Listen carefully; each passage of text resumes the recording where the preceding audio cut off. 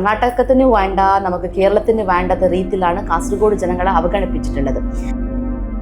ആദ്യത്തെ വനിതാ ജില്ലാധ്യക്ഷയാണ്, ആകെമൊത്തമുള്ള ഒരു വനിതാ സ്ഥാനാർത്ഥിയാണ്. Mahila Morcha national executive മെമ്പറായി, MP കാൻഡിഡേറ്റായി, പിന്നെ ജില്ലാ അധ്യക്ഷയായി. ഒരു സ്ത്രീ പൊളിറ്റിക്കൽ ലൈഫിൽ വരുമ്പോൾ ചിലർക്കത് അക്സെപ്റ്റ് ആക്കാൻ പറ്റും, ചിലർക്കത് അക്സെപ്റ്റ് ആക്കാൻ പറ്റില്ല.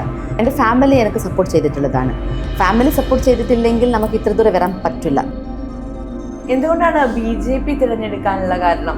നരേന്ദ്രമോദിജി ചില ലീഡേഴ്സിനെ കാണാൻ പോയിട്ടുണ്ടായിരുന്നു. അവർ ബെഡഡ് ആൻഡ് പേഷ്യൻസ് ആണ്. എമർജൻസി കാലഘട്ടത്തിൽ അടി കൊണ്ടിട്ട് ഉള്ള ആൾക്കാരാണ്.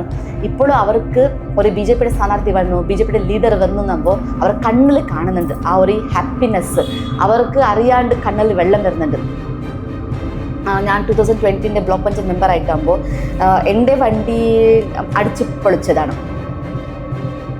ഹൈവേ ആണെങ്കിലും അല്ലെങ്കിൽ വന്ദേ ഭാരത് പോലെയുള്ള ട്രെയിനുകളാണെങ്കിലും എല്ലാം കേന്ദ്ര സർക്കാർ നൽകിയ പദ്ധതികളാണ്. ഒരു പേഷ്യൻറ്റിനെ ഇവിടുന്ന് അവിടെ ഷിഫ്റ്റ് ആക്കുന്നുണ്ടെങ്കിൽ ഇത്ര പേഷ്യൻസുകൾ മിഡിൽ വേയിൽ തന്നെ ഡെത്ത് ആയിട്ടുണ്ട്. അപ്പോൾ ഇപ്പം അങ്ങനെയല്ല സാഹചര്യങ്ങൾ.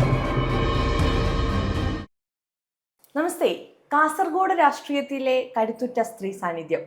BJP കാസർഗോഡ് ജില്ലാ അധ്യക്ഷയും NDAയുടെ കാസർഗോഡ് മണ്ഡലം സ്ഥാനാർത്ഥിയുമായ ML അശ്വിനിയാണ് ഇന്ന് എനിക്കൊപ്പം ചേരുന്നത്. നമസ്തേ. നമസ്തേ. മൂന്നാമത്തെ തവണയാണ് ഒരു തിരഞ്ഞെടുപ്പിൽ മത്സരിക്കുന്നത് അല്ലെ? 2020 തദ്ദേശ തിരഞ്ഞെടുപ്പിൽ മത്സരിച്ചു, 2024 ലോക്സഭയിലേക്ക് മത്സരിച്ചു, ഇപ്പൊ 2026 നിയമസഭയിലേക്ക് മത്സരിക്കുന്നു. എങ്ങനെയുണ്ട് ജനങ്ങളുടെ ഇടയിലേക്ക് ഇറങ്ങി ചെല്ലുമ്പോൾ? ജനങ്ങളുടെ ഇടയിൽ ഇറങ്ങി ചെല്ലുമ്പോൾ നന്നായിട്ടുള്ള ഒരു പോസിറ്റീവ് റെസ്പോൺസ് ആണ്. ബിക്കോസ് ഇപ്പോൾ ഞാൻ MP ഇലക്ഷൻസ് മത്സരിച്ച ശേഷം ആൾക്കാരുടെ ഇടയിൽ അശ്വിനി ആരാണെന്ന് എല്ലാവർക്കും അറിയാം. ഇൻട്രൊഡക്ഷൻ അവർക്ക് ആവശ്യമില്ല. ഇപ്പം ഞാൻ ചില സ്ഥലത്ത് പോയിട്ടായിട്ട് ഞാൻ അശ്വിനി ML ആണ്, NDA സ്ഥാനാർത്ഥി എന്ന് പറയുമ്പോൾ അവരെ തന്നെ പറയണ്ടപ്പ നമുക്കറിയാം, ഞങ്ങൾ എപ്പോഴും കാണുന്നുണ്ട്, ന്യൂസ് നോക്കാറുണ്ട്, പേപ്പർ വായിക്കാറുണ്ട്, കാണുന്നുണ്ട് എന്ന് പറഞ്ഞിട്ട്. അപ്പോൾ അതൊരു വളരെ ഒരു ഹാപ്പിയാണ്. ബിക്കോസ് ആൾക്കാർ തിരിച്ചറിയുന്നുണ്ട്. അപ്പോൾ അങ്ങനെ ഉണ്ടാകുമ്പോൾ ഈ പ്രാവശ്യത്തെ ഇലക്ഷൻസിൽ എനിക്ക് ആ ഒരു ബുദ്ധിമുട്ടുണ്ടാവുന്നുണ്ട്.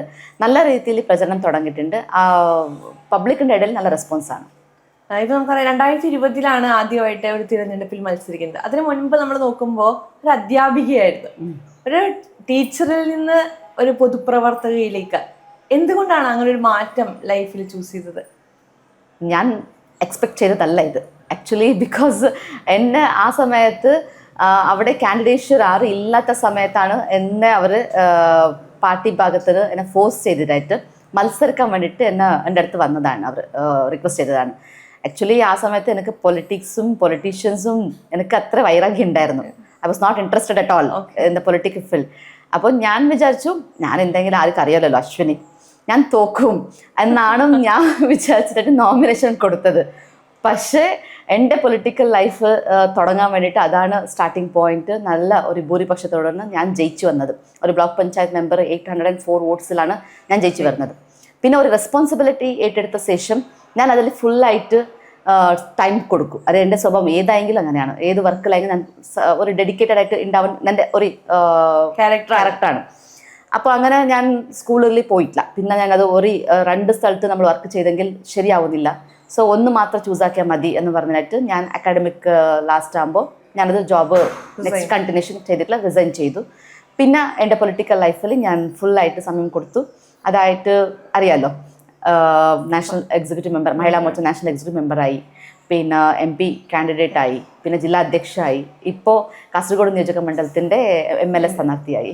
ഇപ്പം നമുക്കറിയാം ആദ്യത്തെ വനിതാ ജില്ലാധ്യക്ഷയാണ്. ഒപ്പം തന്നെ കാസർഗോഡ് ജില്ലയെ നമ്മൾ എടുത്തു നോക്കുമ്പോൾ ആകെമൊത്തമുള്ള ഒരു വനിതാ സ്ഥാനാർത്ഥിയാണ്. വനിത ആവുക എന്ന് പറയുമ്പോൾ നമുക്കറിയാം ഒരുപാട് സ്ത്രീ ആകുമ്പോൾ ഒരുപാട് പ്രശ്നങ്ങൾ നേരിടേണ്ടി വരുന്നുണ്ട്. ഇന്നത്തെ കാലത്ത് നമ്മൾ അതൊക്കെ ഓവർകം ചെയ്ത് വന്നുകൊണ്ടിരിക്കുകയാണ്. അപ്പൊ കാസർഗോഡ് ജില്ലയിൽ ഈ ഇത്തരത്തിലൊരു സ്ത്രീയായി ജീവിക്കാനുള്ള ബുദ്ധിമുട്ടുകളുണ്ടോ? തീർച്ചയായിട്ടും. ഒരു സ്ത്രീ പൊളിറ്റിക്കൽ ലൈഫിൽ വരുമ്പോൾ ചിലർക്കത് അക്സെപ്റ്റ് ആക്കാൻ പറ്റും, ചിലർക്കത് അക്സെപ്റ്റ് ആക്കാൻ പറ്റില്ല. അത് എൻ്റെ ഒരു ടേമിൽ ഞാനൊരു ചെറിയ സമയത്ത് ഞാൻ എല്ലാം എനിക്ക് കിട്ടി. ബിക്കോസ് യു ക്യാൻ സി, ഞാൻ 2020 ഞാൻ ബ്ലോക്ക് പഞ്ചായത്ത് മെമ്പറാണ്. പിന്നെ 21 ഞാൻ Mahila Morcha national executive member ആവുന്നു, 24 MP കാൻഡിഡേറ്റ് ആവുന്നു, 24 എൻഡിൽ എന്ന ജില്ലാ അധ്യക്ഷ ആവുന്നു. അതായിട്ട് ഞാൻ MLA കാൻഡിഡേറ്റ്. പക്ഷെ അത് ഇങ്ങനെ വരുമ്പോൾ ഇവിടെ അത് ചിലർക്ക് അത് ഉൾക്കൊള്ളാൻ പറ്റുന്നില്ല. they can't digest it. അപ്പോൾ അങ്ങനെ ആകുമ്പോൾ നമ്മൾ വേറെ രീതിയിൽ നോക്കാൻ തുടങ്ങും. ബിക്കോസ് ഞാൻ ഏറ്റവും പ്രശ്നം ഇവിടെ പൊളിറ്റിക്കൽ ലൈഫിൽ വന്ന ശേഷം ക്യാരക്ടർ അസോസിനേഷൻ ആക്കുന്നത് ഞാൻ കണ്ടിട്ടുള്ളത്. അപ്പോൾ അങ്ങനെ ഒരു വ്യക്തി അല്ലെങ്കിൽ ഒരു ലേഡി മുമ്പോട്ട് വരുമ്പോൾ ലാസ്റ്റ് അവർക്ക് ഫൈനലായിട്ട് അവരെ തകർക്കാൻ പറ്റുന്നത് ഇതൊരു ക്യാരക്ടർ അസോസിയേഷൻ ആക്കിയിട്ടാണ്. അപ്പോൾ ഇങ്ങനെ എൻ്റെ ഫാമിലി എൻ്റെ കൂടെ കട്ടായിട്ട് നിന്നത് കൊണ്ടാണ് നമുക്കൊരു പ്രശ്നമില്ലാണ്ട് പോകുന്നത്. പിന്നെ ഞാൻ ഇത്ര ഈസി ആയിട്ടും ഇത്ര ഫുൾ ടൈം കൊടുക്കാൻ വേണ്ടിയിട്ട് ഞാൻ വർക്ക് എടുക്കുന്ന സമയത്ത് എൻ്റെ ഫാമിലിയിൽ കൂടി എനിക്ക് നല്ല സപ്പോർട്ട് ഉള്ളത് കൊണ്ട് മാത്രമാണ്. അതർവൈസ് ഫാമിലി സപ്പോർട്ട് ഇല്ലെങ്കിൽ നമുക്കൊന്നും ചെയ്യാൻ പറ്റുന്നില്ല. സോ ഫാമിലി ആയിട്ട് എനിക്ക് നല്ല സപ്പോർട്ട് ഉള്ളത് കൊണ്ട് ഞാൻ ഈ പൊളിറ്റിക്കൽ ലൈഫിൽ ഫുള്ളായിട്ട് ഞാൻ അത് എൻജോയ്മെൻറ്റ് ചെയ്യുന്നുണ്ട്, അതേപോലെ വർക്ക് ചെയ്യുന്നുണ്ട്. എന്തുകൊണ്ടാണ് BJP തിരഞ്ഞെടുക്കാനുള്ള കാരണം? നരേന്ദ്രമോദിജി. ബിക്കോസ് ഞാൻ നേരത്തെ പറഞ്ഞ പോലെ ഞങ്ങൾക്ക് അത്ര പൊളിറ്റിക്സിൽ അത്ര ഇൻട്രസ്റ്റ് ഉണ്ടായിട്ടില്ല. സോ 2014 നരേന്ദ്രമോദിജി പ്രധാനമന്ത്രി ആയിട്ട് വന്ന ശേഷം ചില ഡ്രാസ്റ്റിക് ആയിട്ടുള്ള ചേഞ്ചസ് ഞങ്ങൾക്ക് കാണാൻ സാധിച്ചു. നമ്മൾ വിചാരിക്കാത്ത രീതിയിലാണ് നന്നായിട്ട് വർക്ക് തുടങ്ങി. അല്ലെങ്കിൽ ഇത് പൊളിറ്റിക്കൽ ആ ഒരു ടൈപ്പ് തന്നെ വേറെ ഉണ്ടായിരുന്നു. അപ്പോൾ എനിക്കൊരു ആശയം നരേന്ദ്രമോദിജിയോട് വന്നു, എന്തോ കാര്യങ്ങൾ ചെയ്യുന്നുണ്ട് പാർട്ടിക്ക് വേണ്ടിയിട്ടും പിന്നെ നമ്മുടെ ഇന്ത്യത്തിന് വേണ്ടിയിട്ട് നല്ല ഡെഡിക്കേറ്റ് ആക്കുന്നുണ്ടെന്ന്. അപ്പോൾ അതുകൊണ്ടാണ് ഞാൻ പക്ക മോദി ഫോളോവറായിട്ട് അങ്ങനെ തന്നെ ഉണ്ടായിരുന്നു. പിന്നെ എനിക്ക് ഇത് മുമ്പ് ഈ BJPയിൽ എനിക്ക് സ്ഥാനാർത്ഥിയായിട്ട് മത്സരിക്കാൻ വേണ്ടി റിക്വസ്റ്റ് വന്നിട്ട് മുമ്പ് കോൺഗ്രസ്സിൽ ജില്ലാ പഞ്ചായത്തേക്ക് മത്സരിക്കാൻ വേണ്ടിയിട്ട് വർക്കാട് ഡിവിഷൻ എനിക്ക് വന്നിട്ടുണ്ടായിരുന്നു. പക്ഷെ ഞാൻ അക്സെപ്റ്റ് ചെയ്തിട്ടുണ്ടായിട്ടില്ല. ഞാൻ മത്സരിക്കുന്നില്ല, എനിക്ക് പൊളിറ്റിക്കൽ ഇഷ്ടമില്ല. പിന്നെ മത്സരിക്കുന്നുണ്ടെങ്കിൽ BJPയിൽ തന്നെ മത്സരിക്കുന്നു ഞാൻ ഡിസിഷൻ എടുത്തിട്ടുണ്ടായിരുന്നു. ഓക്കെ, ഇപ്പൊ നമുക്കറിയാം BJP പോലെയുള്ളൊരു പാർട്ടിക്ക് കാസർഗോഡ് പറയുന്ന മണ്ഡലത്തിൽ ഇപ്പൊ നമ്മൾ കുറച്ചു കാലങ്ങൾക്ക് മുന്നേ നമ്മുടെ സംഘത്തിന്റെ കച്ചമ്പാടിജിയുടെ ഒരു ഇന്റർവ്യൂ എടുത്തിട്ടുണ്ടായിരുന്നു. അന്ന് അദ്ദേഹം പറഞ്ഞു അദ്ദേഹത്തിന്റെ കാലഘട്ടത്തിലൊക്കെ സംഘമാണ് ഈ BJP ആണെന്നൊക്കെ കാസർഗോഡ് നിന്ന് പറയുമ്പോ ഏത് സ്ഥലത്തു നിന്നാണ് ആക്രമണം വരിക എന്ന് പറയാൻ പറ്റില്ല. കാരണം അത്തരത്തിലുള്ള ഒരു സ്ഥലമാണ് കാസർഗോഡ്. അവിടെ ഇന്ന് എത്രത്തോളമാണ് BJPയുടെ വളർച്ച എത്തി നിൽക്കുന്നത്? തീർച്ചയായിട്ടും നമുക്ക് കുറേ കാലമായിട്ട് നോക്കിക്കഴിഞ്ഞെങ്കിൽ അന്ന് ഉണ്ടായ BJP കുറച്ച് വളർന്ന് ഇന്ന് ഒരു നല്ല സ്ട്രോങ് ആയിട്ടുള്ള റൂട്ട് വന്നിട്ടുള്ളതാണ്. അതേപോലെ നമുക്ക് സീനിയേഴ്സ് ആ സമയത്ത് നല്ലോണം കഷ്ടപ്പെട്ടിട്ട് പാർട്ടിക്ക് വേണ്ടിയിട്ട് അവർ പ്രവർത്തിച്ചുകൊണ്ട് പാർട്ടിയെ ബലപ്പെടുത്തിയിട്ടുണ്ട്. ഇന്ന് നമ്മൾ എന്തെങ്കിലും ജീവിക്കുന്നുണ്ടെങ്കിൽ പാർട്ടിൻ്റെ ഇടയിൽ അത് അന്ന് അവർ പറ്റ കഷ്ടപ്പാടിൻ്റെ റിസൾട്ടാണ് ഇന്ന് ഞങ്ങൾ ഇത്ര എളുപ്പത്തിൽ പോകുന്നത്. ഞാൻ എപ്പോഴും പറയാറുണ്ട്, നമ്മൾ സീനിയേഴ്സാണ് ഈ പാർട്ടിനെ വളർത്തിയത്. അവർക്ക് ആശയമുണ്ട്. ഒരു ദിവസം ആയെങ്കിലും ഏതെങ്കിലും ഒരു സമയം നമുക്ക് കാസർഗോഡിൽ നമുക്ക് BJPയുടെ MLA ഉണ്ടാവണം എന്നൊരു ആശങ്ക അവരുടെ കണ്ണിൽ ഞാൻ കാണാറുണ്ട്. ബിക്കോസ് MP ഇലക്ഷൻ സമയത്തും പിന്നെ ഇപ്പോൾ ഈ സമയത്തും ഞാൻ ചില ലീഡേഴ്സിനെ കാണാൻ പോയിട്ടുണ്ടായിരുന്നു, സീനിയേഴ്സ് ആയിട്ടുള്ള ലീഡേഴ്സിനെ കാണാൻ പോയിട്ടുണ്ടായിരുന്നു. അവർ ബെഡ് ആൻഡ് പേഷ്യൻസ് ആണ്, എമർജൻസി കാലഘട്ടത്തിൽ അടി കൊണ്ടിട്ട് ഉള്ള ആൾക്കാരാണ്. ഇപ്പോഴും അവർക്ക് ഒരു BJPയുടെ സ്ഥാനാർത്ഥി വന്നു, BJPയുടെ ലീഡർ വന്നു എന്നുമ്പോൾ അവർ കണ്ണിൽ കാണുന്നുണ്ട് ആ ഒരു ഹാപ്പിനെസ്. അവർക്ക് അറിയാണ്ട് കണ്ണിൽ വെള്ളം വരുന്നുണ്ട്. അപ്പോൾ ആ വെള്ളമെല്ലാം കാണുമ്പോൾ അവർ എത്രത്തോളം കഷ്ടപ്പെട്ടിട്ടുണ്ട് പാർട്ടിക്ക് വേണ്ടിയിട്ട്. പക്ഷേ ഒരു റിസൾട്ട് ഉണ്ടാക്കാനായിട്ടില്ല, മീൻസ് നമുക്ക് പവർ കിട്ടിയിട്ടില്ല. ബാക്കി ഇപ്പോൾ എല്ലാം നമ്മൾ ചെയ്യുന്നുണ്ട്. ഇപ്പോൾ നമുക്ക് ഭാരതീയ ജനതാ പാർട്ടി നല്ല വളർച്ചയാണ്. നമുക്ക് കമ്പയർ ടു LDF. ഇപ്പോൾ LDF ഡിക്രീസ് ആയിക്കൊണ്ട് പോയിക്കൊണ്ട്, പക്ഷേ BJP വളർന്നുണ്ട്. ആ അങ്ങനെ ഉണ്ടാകുമ്പോൾ ഞാനൊരു ഡിസിഷൻ എടുത്തത്, എന്നെ കൊണ്ട് പറ്റുന്ന കാര്യങ്ങൾ ആ സീനിയേഴ്സ് എന്തോ ചെയ്തിട്ടുണ്ട്, അപ്പോൾ അവർക്ക് ഒരു ഹാപ്പിനെസ് കിട്ടുന്നുണ്ടെങ്കിൽ എന്നെ കൊണ്ട് എന്തെങ്കിലും ചെയ്യാൻ പറ്റുന്ന കാര്യങ്ങൾ ചെയ്യണം. അപ്പോൾ അതാണ് ഞാൻ പറയുന്നത്. പിന്നെ നമുക്കറിയാം കാസർഗോഡ് എന്ന് പറയുന്ന സ്ഥലത്ത് എപ്പോൾ അടി ഉണ്ടാവും, എപ്പോൾ സംഘർഷങ്ങൾ ഉണ്ടാവും പറയാൻ പറ്റുന്നില്ല. നിങ്ങൾക്ക് ലാസ്റ്റ് 2-3 years ബാക്കിൻ്റെ ഹിസ്റ്ററി നോക്കി നിങ്ങൾക്ക് മനസ്സിലാവും. ഇപ്പോഴാണ് ആ സംഘർഷങ്ങളെല്ലാം കുറച്ച് കുറവായിട്ടുള്ളത്. പക്ഷെ അങ്ങനല്ല നേരത്തെ എല്ലാം ഉണ്ടായത്. എവിടുന്ന് എന്താവും എന്ന് പറയാൻ പറ്റുന്നില്ല. ഞാൻ തന്നെ അനുഭവിച്ചിട്ടുണ്ട്. ഞാൻ 2020 ബ്ലോക്ക് പഞ്ചായത്ത് മെമ്പറായിട്ടാകുമ്പോൾ എൻ്റെ വണ്ടി അടിച്ച് പൊളിച്ചതാണ്. അപ്പോൾ ഇങ്ങനെയൊക്കെയെല്ലാം ആയിട്ടുണ്ട്. അപ്പോൾ അതെല്ലാം ഫേസ് ചെയ്തുകൊണ്ട് നമ്മൾ മുമ്പോട്ട് പോകുന്നതാണ്. ഇപ്പൊ നമുക്കറിയാം ഇവിടെ എപ്പോഴും ഉണ്ടാവുന്ന IUMLന്റെ MLA ആണ് കാസർഗോഡ് മണ്ഡലത്തെ എടുത്തു നോക്കുമ്പോൾ കുറച്ചധികം വർഷങ്ങളായി ഭരിച്ചുകൊണ്ടിരിക്കുന്നത് മുസ്ലിം ലീഗിന്റെ. അപ്പോൾ അതെങ്ങനെയാണ് അതിനെ ഓവർകം ചെയ്യാൻ പറ്റും എന്നുള്ളൊരു കോൺഫിഡൻസ് എത്രത്തോളമാണ്? 100% പറ്റും.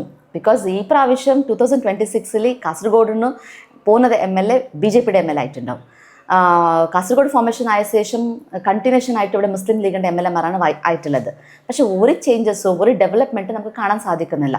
നമുക്ക് ഒന്ന് BJP-യുടെ MLA ഇല്ലെങ്കിലും പോലും സെൻട്രൽ ഗവൺമെൻറ്റിൽ നിന്ന് നിരവധി ഡെവലപ്മെൻറ്റ്സ് കൊണ്ടുവന്നിട്ടുണ്ട്. അപ്പോൾ ആ വിഷയങ്ങളെല്ലാം ഇവിടെയുള്ള ആൾക്കാർക്ക് നന്നായിട്ട് മനസ്സിലായിട്ടുണ്ട്. എന്നോട് ചില ആൾക്കാർ, ചില പാർട്ടിൻ്റെ വ്യത്യസ്തമായിട്ടുള്ള പാർട്ടിൻ്റെ ആൾക്കാരെ പറഞ്ഞിട്ടുണ്ട്, BJP ഉള്ളത് കൊണ്ടാണ് ഇനിയിപ്പോൾ ഡെവലപ്മെൻറ്റ്സ് വരുന്നത്, നമുക്കൊന്ന് മാറ്റി നോക്കാമല്ലോ, നമുക്ക് മാറ്റങ്ങൾ വേണു, നമുക്ക് ഡെവലപ്മെൻറ്റ് വേണു. ഇത് കാലകാലമായിട്ട് നമ്മൾ ഒരു പാർട്ടി നോക്കിയിട്ട് നമ്മൾ അതേ പാർട്ടിയിൽ നിന്ന് അവരെ തിരഞ്ഞെടുത്തുകൊണ്ട് നമുക്കൊന്നും ഡെവലപ്മെൻറ്റ് ആയിട്ടില്ല.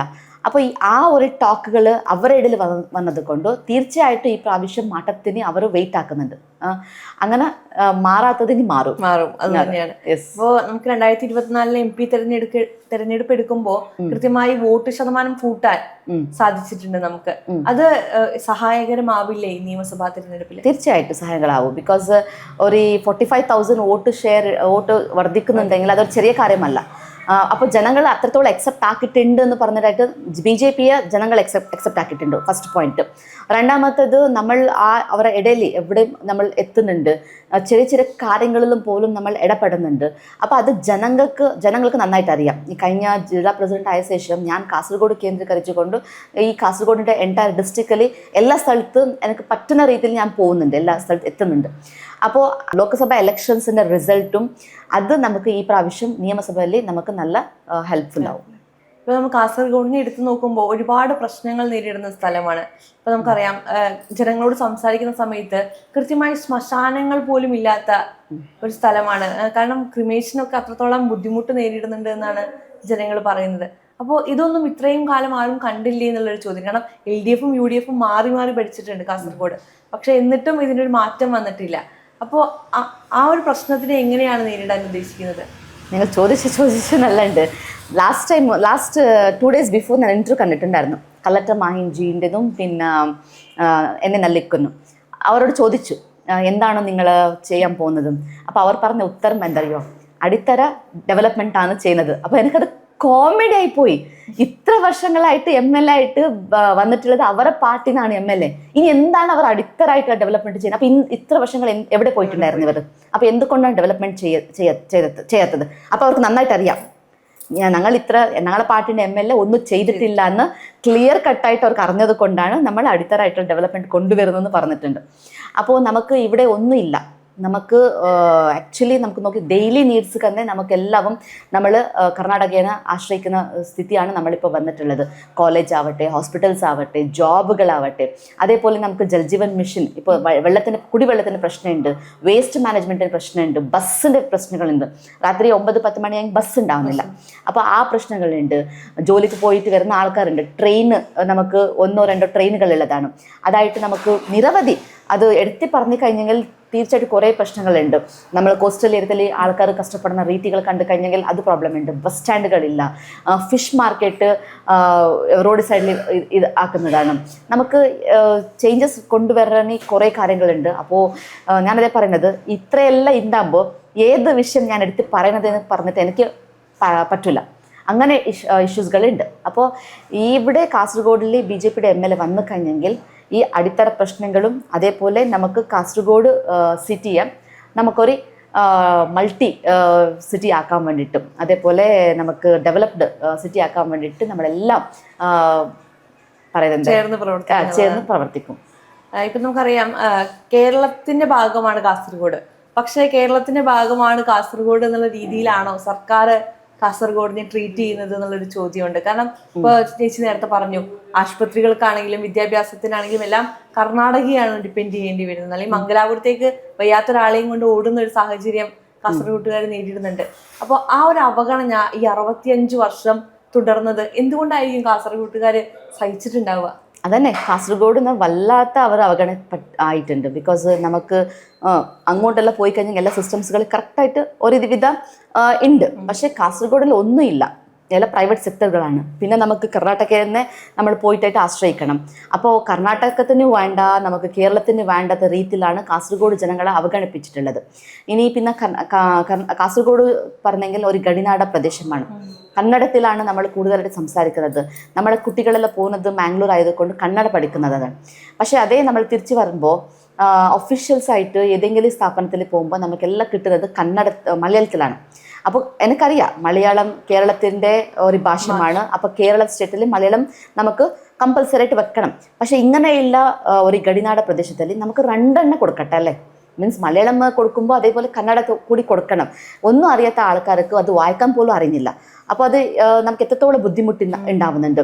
നമുക്ക് നോക്കിക്കഴിഞ്ഞെങ്കിൽ നമ്മൾ റെയിൽവേ സ്റ്റേഷനിൽ കന്നഡ ബോർഡില്ല, ബസ്സിൻ്റെ കന്നഡ ബോർഡില്ല. അപ്പോൾ ഇങ്ങനെയുള്ള ബുദ്ധിമുട്ടുകൾ നമ്മൾ അനുഭവിക്കുന്നുണ്ട്. ഇത് മാത്രമല്ല, കന്നഡ ഭാഷ മാത്രമല്ല, ബാക്കി എല്ലാ വിഷയത്തിലും കാസർഗോഡ് വളരെ അവഗണപ്പെട്ടിട്ടുള്ളതാണ്. ഞാൻ നേരത്തെ പറഞ്ഞ പോലെ മെഡിക്കൽ സിസ്റ്റം ഇല്ല, എഡ്യൂക്കേഷൻ സിസ്റ്റം ഇല്ല, നമുക്ക് ജോബുകൾ ഇവിടുത്തെ കാസർഗോഡിൻ്റെ ജനങ്ങൾ ഇവിടെ ജീവിക്കാൻ പറ്റാത്ത കൊണ്ടും മൈഗ്രേറ്റ് ആയിട്ട് പോകുന്നുണ്ട്. എത്ര ആൾക്കാർ ഇന്ന് ഇവിടെ കാസർഗോഡ് വിട്ടിട്ട് ബാംഗ്ലൂരിൽ പോയിട്ട് സെറ്റിൽ ആയിട്ടുണ്ട്, മൈസൂരിൽ പോയിട്ട് സെറ്റിൽ ആയിട്ടുണ്ട്, മാംഗ്ലൂരിൽ പോയിട്ട് സെറ്റിൽ ആയിട്ടുണ്ട്, ബോംബെയിൽ പോയിട്ട് സെറ്റിൽ ആയിട്ടുണ്ട്. അവർ തിരിച്ചു വരുന്നില്ല. ബിക്കോസ് ഇവിടെ ഇല്ല, സ്ഥാപനങ്ങളില്ല. എന്തുകൊണ്ടാണ് ഇങ്ങനെ ഇവർ അവഗണന കൊടുത്തിട്ടുള്ളത്? അതേപോലെ എന്തുകൊണ്ടാണ് ഡെവലപ്മെൻറ്റ് ആക്കാൻ പറ്റാത്തത് ഇവർക്ക്? ഇവിടെ കാസർഗോഡിൽ നമുക്ക് നോക്കിക്കഴിഞ്ഞാൽ ഒരു 11,000 ഏക്കേഴ്സ് ലാൻഡ് ഡെഡായിട്ട് കിടക്കുന്നുണ്ട്. നമുക്ക് ഇൻഡസ്ട്രിയൽ പാർക്ക് ഉണ്ടാക്കാമായിരുന്നു. എന്തുകൊണ്ടാണ് ഇവിടുത്തെ ജനപ്രതിനിധികൾ അതിൻ്റെ ഇൻട്രസ്റ്റ് എടുക്കാത്തത്? അപ്പോൾ ഇങ്ങനെയുള്ള ചോദ്യം വരുമ്പോൾ ഇതിലെന്തോ ഒരു ഹിഡൻ ആയിട്ടുള്ള എന്തോ അജണ്ട ഉണ്ട് എന്നാണ് ചോദ്യം വരുന്നത്. അപ്പോൾ ഇത് വ്യക്തമായിട്ടുള്ള ആൾക്കാരുടെ ഇടയിൽ ഇനി കാസർഗോഡ് കൊടുത്തില്ലെങ്കിൽ ഇതിൻ്റെക്കാൾ അവഗണന നമുക്ക് നോക്കാൻ പറ്റും. അപ്പോൾ കാസർഗോഡിൻ്റെ BJPയുടെ MLA വന്നു കഴിഞ്ഞെങ്കിൽ ഇതെല്ലാം നമുക്ക് മാറ്റാൻ സാധിക്കും. ജില്ലാ അധ്യക്ഷ കൂടിയാണല്ലോ, എങ്ങനെയാണ് മഞ്ചേശ്വരത്തെ പ്രതീക്ഷകൾ എത്രത്തോളമാണ്? മഞ്ചേശ്വരം തീർച്ചയായിട്ടും ഈ പ്രാവശ്യം നമ്മൾ ജയിക്കും. ബിക്കോസ് കാലകാലമായിട്ട് മഞ്ചേശ്വരത്തിൽ നമുക്ക് കാണുന്നുണ്ട്. അതേപോലെ സുരേന്ദ്രേട്ടൻ ഇത് മത്സരിച്ചിട്ട് പോയ ആളാണ്. അപ്പോൾ ജനങ്ങൾക്ക് നന്നായിട്ട് സുരേന്ദ്രേട്ടനെ കുറിച്ച് അറിയാം. അതേപോലെ BJPനെ കുറിച്ചിട്ട് അറിയാം. ഇനി അവർക്ക് ഈ ലാസ്റ്റ് ടൈം സുരേന്ദ്രേട്ടനെ വിജയിപ്പിക്കാത്തത് അവരുടെ ഇടയിൽ ഒരു വിഷമമുണ്ട്. ബിക്കോസ് നമ്മൾ അന്ന് സുരേന്ദ്രേട്ടനെ വിജയിപ്പിച്ചിട്ടുണ്ടെങ്കിൽ ഇന്ന് നമുക്ക് ഇത്രത്തോളം കഷ്ടപ്പാട് വരാട്ടില്ല എന്ന് പറഞ്ഞ ധ്വനികൾ അവിടുന്ന് വരുന്നുണ്ട്. അത് നമ്മളെ ഇടയിൽ മാത്രമല്ല, മുസ്ലിം ലീഗിൻ്റെ ആൾക്കാരുടെ ഇടയിൽ കൂടി ഇതേ വാക്കാണ് വരുന്നുള്ളത്. ബിക്കോസ് അവർക്ക് മതിയായി, അവിടുത്തെ MLA ടൈമൊക്കെ കിട്ടുന്നില്ല. എപ്പം നോക്കുമ്പോൾ അവിടുത്തെ MLA ഉള്ളത് ദുബായ്, ഒമാൻ, ഖത്തർ എന്ന് പറഞ്ഞിട്ട് കറങ്ങുന്നുണ്ടാവും. മാസത്തിൽ ഒരു 15 ദിവസം അദ്ദേഹം അവിടെ ഉണ്ടാവും. പിന്നെ നമുക്കറിയാം സെഷൻ അത് ഇത് പറഞ്ഞിട്ട്. അപ്പോൾ സാമാന്യ ജനങ്ങൾക്ക് കിട്ടാത്ത MLA ഇനി നമുക്ക് ആവശ്യമില്ല. സോ അതുകൊണ്ട് ഈ പ്രാവശ്യം അവിടെ BJPയുടെ MLA ഉണ്ടാവും. യെസ്. ഇപ്പോൾ ഒരു എന്താ പറയുക, നമ്മൾ ചെറിയ കുട്ടിയാകുമ്പോൾ ഈ കാസർഗോഡ് എന്നുള്ള സ്ഥലത്ത് നിന്ന് ഒരിക്കലും നമ്മൾ രാഷ്ട്രീയ നേതാവാകുമെന്ന് പ്രതീക്ഷിക്കുന്നുണ്ടോ? അല്ലെങ്കിൽ ആ ഒരു രീതിയിലേക്കാണ് നമുക്കറിയാം, ഒരു മുസ്ലിം ഡോമിനന്റ് ആയിട്ടുള്ള ഒരു പ്രദേശമാണ്. അവിടെ സ്ത്രീകൾ നേരിടുന്ന പ്രശ്നങ്ങൾ നമ്മൾ കൃത്യമായി കാണുന്നതാണ്. അപ്പോൾ ഇന്നുവരയ്ക്കും കാസർഗോഡിനെ സംബന്ധിച്ച് വനിതാ കാൻഡിഡേറ്റ്സ് തന്നെ വിരളമാണ്. കയ്യിലുണ്ടാവുന്ന കാൻഡിഡേറ്റ്സ് മാത്രമാണ് ഉണ്ടായിരിക്കുന്നത്. അപ്പൊ ഈ ഒരു രാഷ്ട്രീയ വളർച്ചയെ കുടുംബം എങ്ങനെയാണ് നോക്കിക്കാണുന്നത്? തീർച്ചയായിട്ടും ഞാൻ നേരത്തെ പറഞ്ഞ പോലെ എൻ്റെ ഫാമിലി എനിക്ക് സപ്പോർട്ട് ചെയ്തിട്ടുള്ളതാണ്. ഫാമിലി സപ്പോർട്ട് ചെയ്തിട്ടില്ലെങ്കിൽ നമുക്ക് ഇത്ര ദൂരം വരാൻ പറ്റില്ല. ബിക്കോസ് ഫുൾ ടൈം ഞാൻ പാർട്ടിക്ക് വേണ്ടിയിട്ട് കൊടുക്കുമ്പോൾ എൻ്റെ മക്കൾക്ക് എൻ്റെ വീട്ടിൽ എനിക്ക് സമയം കൊടുക്കാൻ പറ്റുന്നില്ല. സോ അത് അവർ അഡ്ജസ്റ്റ് ചെയ്തിട്ട്, ഇവൻ എൻ്റെ ചെറിയ മോളും പോലും എന്നോടൊന്നും അവൾ പറയാറില്ല. ചിലപ്പോൾ 1-2 സമയത്ത് പറയും, മമ്മി എപ്പോൾ നോക്കി ബിസി, സംസാരിക്കാൻ കിട്ടുന്നില്ല, ഒന്നും നോക്കുന്നില്ല മമ്മി എന്ന് പറയും. പക്ഷേ എന്നാൽ അവൾ അഡ്ജസ്റ്റഡ് ആക്കുന്നുണ്ട്. ബിക്കോസ് മമ്മി ടയേർഡാണ്, മമ്മി ബിസിയാണ്. അപ്പോൾ അങ്ങനെയുള്ള സമയത്ത് എൻ്റെ കുട്ടികളും പിന്നെ അതേപോലെ എൻ്റെ ഹസ്ബൻഡും അഡ്ജസ്റ്റ്മെൻ്റ് ആക്കുന്നുണ്ട് എല്ലാ കാര്യത്തിലും. ബിക്കോസ് ഞാൻ എന്തോ ഒരു കാര്യങ്ങൾ ചെയ്യാൻ വേണ്ടി ഇറങ്ങിയിട്ടുണ്ട്. അവരെക്കാൾ സൊസൈറ്റിക്ക് എൻ്റെ ആവശ്യം ഉണ്ട് എന്ന് അവർക്ക് നന്നായിട്ട് മനസ്സിലായത് കൊണ്ട് എനിക്ക് ഫുൾ സപ്പോർട്ട് കിട്ടുന്നുണ്ട്. യെസ്. ഒരു കന്നഡ പ്രഭാഷക കൂടിയാണ്. എത്രത്തോളം ഈ 2 ലാംഗ്വേജ് ഹാൻഡിൽ ചെയ്യുക എന്ന് പറയുന്നത് കാരണം കാസർഗോഡിനെ സംബന്ധിച്ച് ഏറ്റവും പ്രധാനപ്പെട്ട ഒരു കാര്യമാണ്. കാരണം ജനങ്ങൾ 2 ഭാഷയിൽ സംസാരിക്കുന്നവരാണ്. അപ്പോൾ എങ്ങനെയാണ്, അതൊരു പ്ലസ് പോയിന്റ് ആണല്ലോ. അപ്പോൾ ആളുകളിലേക്ക് പോകുമ്പോൾ എത്രത്തോളമാണ് അത് കമ്മ്യൂണിക്കേഷൻ എളുപ്പമുണ്ടാക്കുന്നത്? തീർച്ചയായിട്ടും. ഇവിടെ എനിക്ക് 2 ഭാഷ മാത്രമല്ല, ഞാൻ തുളു സംസാരിക്കും. തുളുൻ്റെ ആൾക്കാരുണ്ട്, കന്നഡത്തിൻ്റെ ആൾക്കാരുണ്ട്, മലയാളത്തിൻ്റെ ആൾക്കാരുണ്ട്. അപ്പോൾ അവരുടെ അടുത്ത് പോകുമ്പോൾ അത് സ്വിച്ച് ചെയ്യണം, നമുക്ക് ആ ലാംഗ്വേജ് സ്വിച്ച് ചെയ്യണം. അവരുടെ ലാംഗ്വേജ് സംസാരിക്കുമ്പോൾ അവർക്ക് വളരെ ഹാപ്പിയാണ്. തുളുവിൽ സംസാരിക്കുമ്പോൾ തുളുൻ്റെ ആൾക്കാർ തുളു വെറുപ്പുണ്ടോ എന്ന് ചോദിക്കും. മലയാളത്തിലാകുമ്പോൾ ഇപ്പോൾ ഏകദേശം എല്ലാവർക്കും എൻ്റെ മലയാളം മനസ്സിലാവാൻ തുടങ്ങിയിട്ടുണ്ട്. ഫസ്റ്റ് അങ്ങനെയല്ല, എല്ലാവർക്കും കുറച്ച് ബുദ്ധിമുട്ടുണ്ടായിരുന്നു. പിന്നെ കന്നഡ എൻ്റെ മദർ ടങ് ആയതുകൊണ്ട് എനിക്ക് കന്നഡത്തിൽ പ്രശ്നമൊന്നുമില്ല. പക്ഷെ അത് സ്വിച്ചിങ് ഉണ്ടല്ലോ, ഈ മലയാളം സംസാരിച്ചിട്ട് കന്നഡ സംസാരിക്കുന്നതും കന്നഡ സംസാരിച്ചിട്ട് തുളു സംസാരിക്കും, അത് കുറച്ച് നമുക്ക് ആ ഒരു ലാംഗ്വേജിൽ ഇടയിൽ കുറച്ച് ഡിഫിക്കൽട്ട് ആവും. അപ്പോൾ ഓരോ പ്രാവശ്യം സംസാരിക്കുമ്പോൾ ഈ 3 ലാംഗ്വേജ് മിക്സ് ആക്കിയിട്ട് ഞാൻ സംസാരിക്കും. അങ്ങനെയൊക്കെയുള്ള ഒരു ചേഞ്ചസ്. പക്ഷേ ആൾക്കാർ ഞാൻ സംസാരിക്കുന്ന ലാംഗ്വേജ് ഇഷ്ടപ്പെടുന്നുണ്ട്. അപ്പൊ അതും കൂടി ഒരു പ്ലസ് പോയിന്റ് ആണ്. പിന്നെ നമ്മൾ അവരുടെ ലാംഗ്വേജ് സംസാരിക്കുമ്പോൾ അവർക്ക് ഡയറക്റ്റ് ആയിട്ട് ഹാർട്ടിലേക്ക് നമ്മൾ ടച്ച് ആക്കാൻ പറ്റും. അപ്പോൾ അതുകൊണ്ട് എനിക്ക് ഈ ഭാഷ കൂടി എനിക്ക് പ്ലസ് പോയിന്റ് ആണ്. എന്തൊക്കെ വാഗ്ദാനങ്ങളാണ് ഇപ്പൊ നമുക്കറിയാം, BJP-യുടെ പ്രകടന പത്രിക കഴിഞ്ഞ ദിവസം പുറത്തു വന്നിരുന്നു. അപ്പോ ഏറെ പ്രതീക്ഷ നൽകുന്നതാണ്. വലിയ വികസിത കേരളം എന്ന് പറയുന്ന വലിയൊരു ആശയം മുന്നോട്ട് വെക്കുന്നുണ്ട്. അതിനുവേണ്ടി പ്രയത്നിക്കാൻ പറ്റുന്ന ഓരോ പദ്ധതികൾ അതിൽ എണ്ണമിട്ട് പറയുന്നുണ്ട്. കാസർഗോഡിനെ സംബന്ധിച്ച് എന്തൊക്കെയാണ് ജനങ്ങളോട് പറയാനുള്ളത്? കാസർഗോഡിനെ സംബന്ധിച്ചിട്ട് എനിക്ക് പറയാനുള്ളത് തന്നെ, നമുക്ക് നമ്മുടെ കുട്ടികൾ ഇവിടെ തന്നെ താമസിക്കണം. സോ നമുക്ക് ഇവിടെ നന്നായിട്ടുള്ള ഒരു എഡ്യൂക്കേഷൻ സിസ്റ്റം കൊണ്ടുവരണം. അതേപോലെ മെഡിക്കൽ സിസ്റ്റം കൊണ്ടുവരണം. ഇവിടെ എത്രയോ ആൾക്കാർ ട്രീറ്റ്മെൻറ്റ് വേണ്ടിയിട്ട് മാംഗ്ലൂർ പോകുന്നുണ്ട്. ചില ആൾക്കാർക്ക് അത്ര ദൂരം യാത്ര ചെയ്യാൻ പറ്റാത്ത കൊണ്ട് പോവാത്ത ആൾക്കാരുണ്ട്. അപ്പോൾ നമുക്ക് ഇവിടെ ഒരു മെഡിക്കൽ സിസ്റ്റം കൊണ്ടുവരണം. അതേപോലെ ജോബ്. സോ ഞാൻ ഇവിടെ ML ആയിട്ട് വന്നു കഴിഞ്ഞാൽ ഒരു ഇൻഡസ്ട്രിയൽ പാർക്ക് ഉണ്ടാക്കാൻ വേണ്ടിയിട്ടാണ് എൻ്റെ സ്വപ്നം.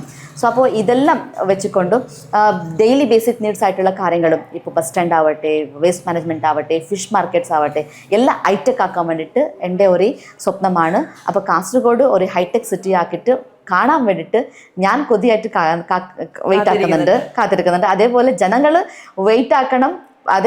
ആ ഹൈടെക് സിറ്റി വേണമെങ്കിൽ മീൻസ് അത് ഇവിടെ ഹൈടെക് സിറ്റി ആയിട്ട് വരുന്നുണ്ടെങ്കിൽ അവർ എന്നെ സപ്പോർട്ട് ചെയ്ത് കഴിഞ്ഞെങ്കിൽ തീർച്ചയായിട്ടും ഹൈടെക് സിറ്റി നമുക്ക് കൊണ്ടുവരാൻ പറ്റും. ഇപ്പോൾ കേന്ദ്ര ഗവൺമെന്റിന്റെ ഒരുപാട് പദ്ധതികൾ കാസർഗോഡിന്റെ ഇപ്പോൾ ഉള്ള ചെറിയ ഡെവലപ്മെന്റിന് കാരണമായിട്ടുണ്ട്. ഇപ്പോൾ ഹൈവേ ആണെങ്കിലും അല്ലെങ്കിൽ ഇപ്പോൾ വന്ദേ ഭാരത് പോലെയുള്ള ട്രെയിനുകളാണെങ്കിലും എല്ലാം കേന്ദ്ര സർക്കാർ നൽകിയ പദ്ധതികളാണ്. ഇത് എത്രത്തോളമാണ് നമുക്ക് ജനങ്ങളിലേക്ക് എത്തിക്കാൻ സാധിച്ചിട്ടുള്ളത്? അത് നമ്മൾ ഏകദേശം ഒരു 100% ആണ്. ബിക്കോസ് എല്ലാവർക്കും അറിയാം, നമുക്ക് നാഷണൽ ഹൈവേ വന്നത് കൊണ്ട് മുമ്പെല്ലാം മാംഗ്ലൂർ പോകുന്നുണ്ടെങ്കിൽ ഏകദേശം ഒരു 1.5-2 hours നമുക്ക് വേണമായിരുന്നു. പക്ഷെ ഒരു പേഷ്യൻറ്റിനെ ഇവിടുന്ന് അവിടെ ഷിഫ്റ്റ് ആക്കുന്നുണ്ടെങ്കിൽ എത്ര പേഷ്യൻസുകൾ മിഡിൽ വേയിൽ തന്നെ ഡെത്ത് ആയിട്ടുണ്ട്. അപ്പോൾ ഇപ്പോൾ അങ്ങനെയല്ല സാഹചര്യങ്ങൾ. ഒരു 30 to 35 minutes നമുക്ക് മാംഗ്ലൂർ എത്താം, എയർപോർട്ട് 40 minutes നമുക്ക് എത്താം. അപ്പോൾ ഇതേ ഡെവലപ്മെൻറ്റ്, ഡ്രാസ്റ്റിക് ഡെവലപ്മെൻറ്റ് കൊണ്ടുവന്ന സെൻട്രൽ ഗവൺമെൻറ് ആണെന്ന് പറഞ്ഞിട്ട് മനസ്സിലായിട്ടുണ്ട് ജനങ്ങൾക്ക്. അതേപോലെ നമുക്ക് വന്ദേ ഭാരത്, പിന്നെ അതുപോലെ റെയിൽവേ സ്റ്റേഷൻ. ഇപ്പോൾ നമുക്ക് റെയിൽവേ സ്റ്റേഷൻ പോയി നോക്കിക്കഴിഞ്ഞെങ്കിൽ അത് എയർപോർട്ടാണോ റെയിൽവേ സ്റ്റേഷൻ ആണോ അത്രയ്ക്ക് വളരെ ഡ്രാസ്റ്റിക് ആയിട്ടുള്ള ചേഞ്ചസ് ആണ് അവിടെ വന്നിട്ടുള്ളത്. പിന്നെ നമുക്ക് അമൃത് ഭാരത് വന്നിട്ടുണ്ട്. ഇപ്പോൾ ഇങ്ങനെയുള്ള കാര്യങ്ങൾ നമ്മൾ ജനങ്ങളെ ഇടയ്ക്ക് എത്തിക്കുന്നുണ്ട്. അതേപോലെ എത്താത്ത കാര്യങ്ങളുണ്ട് ഇവിടെ. ആയുഷ്മാൻ ഭാരത് കേന്ദ്ര സർക്കാർ തന്നെ പദ്ധതിയാണ്. പക്ഷേ ആയുഷ്മാൻ ഭാരത് ഇവിടെ നടപ്പിലാക്കാൻ പറ്റുന്നില്ല. ബിക്കോസ് സ്റ്റേറ്റ് ഗവൺമെൻറ് ഇത് നമുക്ക് സഹകരണം കൊടുക്കുന്നില്ല. അപ്പം ഞാൻ പറഞ്ഞിട്ടുള്ളത്, എവിടെയെങ്കിലും BJP-യുടെ ML ആയി വന്നു കഴിഞ്ഞെങ്കിൽ തീർച്ചയായിട്ടും ആ ആയുഷ്മാൻ ഭാരത് നമ്മൾ ഇംപ്ലിമെൻ്റ് ആക്കും. അപ്പോൾ ജനങ്ങൾക്ക് 5 lakhs rupees ഇൻഷുറൻസ് അവർക്ക് എടുക്കാൻ സാധിക്കും. എങ്ങനെയാണ് ആളുകളിലേക്ക് ഇറങ്ങി ചെല്ലുമ്പോൾ അവർ പറയുന്ന ഏറ്റവും കൂടുതൽ കേൾക്കുന്ന പരാതി എന്താണ്? അവർ ആരും കേൾക്കാൻ വരുന്നില്ല. നമ്മൾ വോട്ട് ചോദിക്കുമ്പോഴാണ് വന്നിട്ടുള്ളത്. പിന്നെ ഇവിടെ ഈ ഭാഗത്ത് ML വന്നിട്ടില്ല. ML ആരാണെന്ന് പോലും നമുക്ക് നോക്കിയിട്ടില്ല. നിങ്ങളാണ് ആദ്യമായിട്ട് ഇപ്പോൾ വന്നിട്ടുള്ളത്, MLA കാൻഡിഡേറ്റ് എന്ന് പറഞ്ഞിട്ട് നിങ്ങളാണ് ആദ്യമായിട്ട് വന്നിട്ടുണ്ട്. അപ്പോൾ നമ്മൾ ജയിപ്പിക്കും, നിങ്ങൾ തിരിച്ചു വരുമല്ലോ. പിന്നെ നമുക്കിവിടെ കുടിവെള്ളത്തിന് പ്രശ്നമുണ്ട്, നമുക്ക് റോഡില്ല, നമുക്ക് നമ്മുടെ കുട്ടികൾക്ക് സ്കൂൾ അവിടെ ചില സ്ഥലത്ത് സ്കൂൾ അടിച്ച് പൂട്ടിയിട്ടുണ്ട്. അപ്പോൾ ബുദ്ധിമുട്ടാകുന്നുണ്ട്, വേറെ അടുത്ത് പോകുന്നുണ്ട്. അപ്പോൾ ഇങ്ങനെയൊക്കെയുള്ള ഡെയിലി ബേസിക് നീഡ്സ് ആയിട്ടുള്ള കാര്യങ്ങളാണ് അവർ കൂടുതലായിട്ട് പറയുന്നുള്ളത്. റോഡും സ്കൂളും വാട്ടറും ഇങ്ങനെയൊക്കെയുള്ള കാര്യങ്ങളാണ്. അപ്പം ഇതിനൊക്കെയെല്ലാം ഒരു മാറ്റം വരട്ടെ. ML അശ്വിനി സ്ഥാനാർത്ഥിയായി വിജയിച്ച് അല്ലെങ്കിൽ MLA ആയി എത്തുമ്പോൾ. എന്തായാലും നന്നായി പോട്ടെ, വിജയാശംസകൾ. Thank you so much.